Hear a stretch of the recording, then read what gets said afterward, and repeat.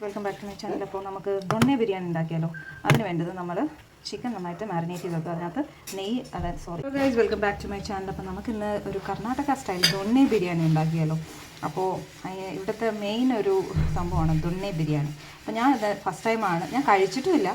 അപ്പം ഞാൻ യൂട്യൂബൊക്കെ നോക്കി ഉണ്ടാക്കുകയാണ്. അപ്പോൾ അതിന് ചിക്കൻ നമ്മൾ തൈരിനകത്ത് നന്നായിട്ട് മാരിനേറ്റ് ചെയ്ത് വെച്ചിട്ടുണ്ട്.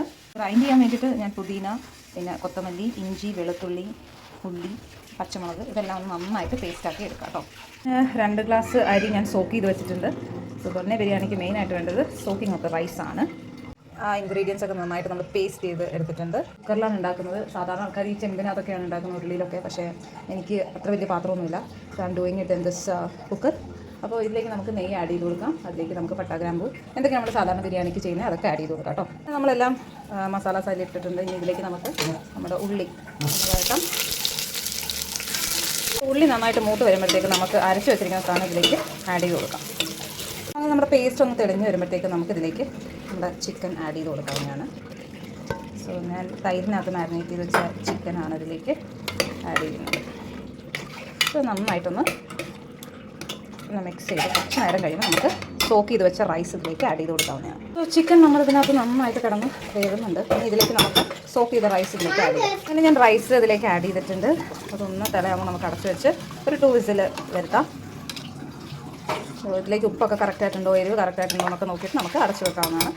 ഓക്കെ, ഇനി നമുക്ക് 2 വിസിൽ കഴിഞ്ഞിട്ട് നമുക്ക് തുറന്ന് നോക്കാം എങ്ങനെയുണ്ട് നമ്മുടെ ദൊണ്ണ ബിരിയാണി. നമ്മുടെ നെത്തോലി നമുക്കൊന്ന് ഫ്രൈ ചെയ്യാം. ഓൾറെഡി മാരിനേറ്റ് ചെയ്ത് വെച്ചതാണ്. നമുക്കൊന്ന്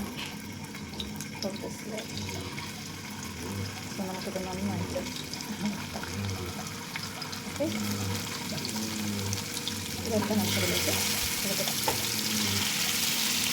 ഞാൻ വേറെ മസാലയൊന്നും ആഡ് ചെയ്തിട്ടില്ല. വെറും മുളക് പൊടി, മഞ്ഞൾപ്പൊടി മാത്രമേ ഉള്ളൂ. കുറച്ച് നാരങ്ങാനീര്, ഉപ്പ്, ഇത് മാത്രമാണ് ഇതിൽ നമ്മൾ ആഡ് ചെയ്തിരിക്കുന്നത്.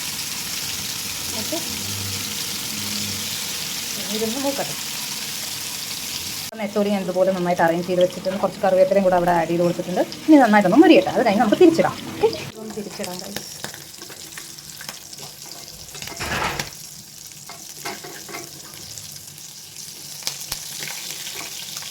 അങ്ങനെ നമുക്കെല്ലാം തിരിച്ചിടാവുന്നതാണ്. സോ അങ്ങനെ നമ്മുടെ നെത്തോലി ഫ്രൈ ഇസ് റെഡി ഗൈസ്. അപ്പം ഗൈസ്, നമ്മുടെ ദൊണ്ണ ബിരിയാണി റെഡി ആയിരിക്കുകയാണ്. അപ്പോൾ എല്ലാവരും ഇതൊന്ന് ട്രൈ ചെയ്ത് നോക്കണം. ഇത് കർണാടകയുടെ സ്പെഷ്യലാണ്. അപ്പോൾ വീണ്ടും അടുത്തൊരു വ്ളോഗുമായി കാണുന്നവരെ ബൈ, ടേക്ക് കെയർ.